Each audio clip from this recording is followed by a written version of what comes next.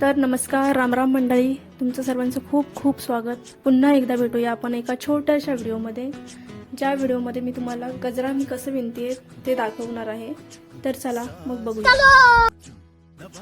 तर मंडळी, विषय असा आहे की आईने मला गजरा विणायला सांगितलं आहे आणि तो मला विणावाच लागणार आहे. आपल्याकडे काही दुसरा काही पर्याय नाही. जरी पर्याय असेल तरी सुद्धा आपल्याकडे पर्याय नाही, असं काही चालावंच लागणार आहे. तर चला मग गजरा विणूया. तर मी सर्वात आधी ही आबोलीची फुलं काढून घेत आहे. बघूया जेवढी होतील त्याच्यामध्ये जेवढा बसेल तेवढा गजरा विणूया आपण. थोडीच झालेत, थोडीफार आहेत, त्याप्रमाणे होईल छोटासा.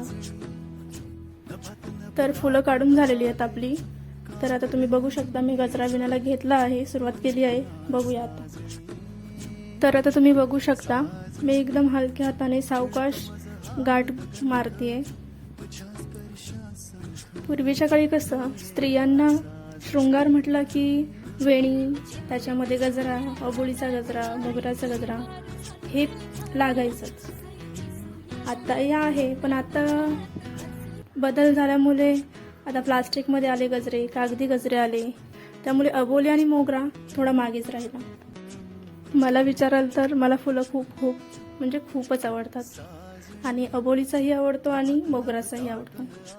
मोगराचा सुगंधच म्हटलं तर खूप खूप खूप भारी, खूप छान वाटतं. सध्या तरी मी हा गजरा माझ्यासाठी नाही, माझ्या आईसाठी विणते. थोडीफार फुलं मिळाली होती आपल्या इथूनच, घराच्या इथून लावलेली आहेत तिथून, तर त्यामुळे मी गजरा विणायला घेतला होता. A few moments later.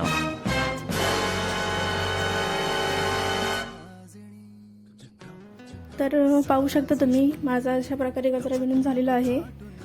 खूप छोटा झाला आहे, पण काहीच हरकत नाही आहे, कारण आपल्याकडे अबोलीची फुलं कमी असल्यामुळे गजरा हा एवढाच होणार होता. गुलाब प्रेमाचं प्रतीक असेल हो, पण आपला विषय थोडा वेगळा आहे, त्यामुळे आपल्याला मात्र मोगराच आवडतो. पण सध्या तरी आता अबोली बोलावं लागेल, नाहीतर अबोलीला राग येईल. तर मग मंडळी, चला आत्ता पुरतं बाय बाय. पुन्हा एकदा भेटूया एका छोट्याशा नवीन व्हिडिओमध्ये लवकरच.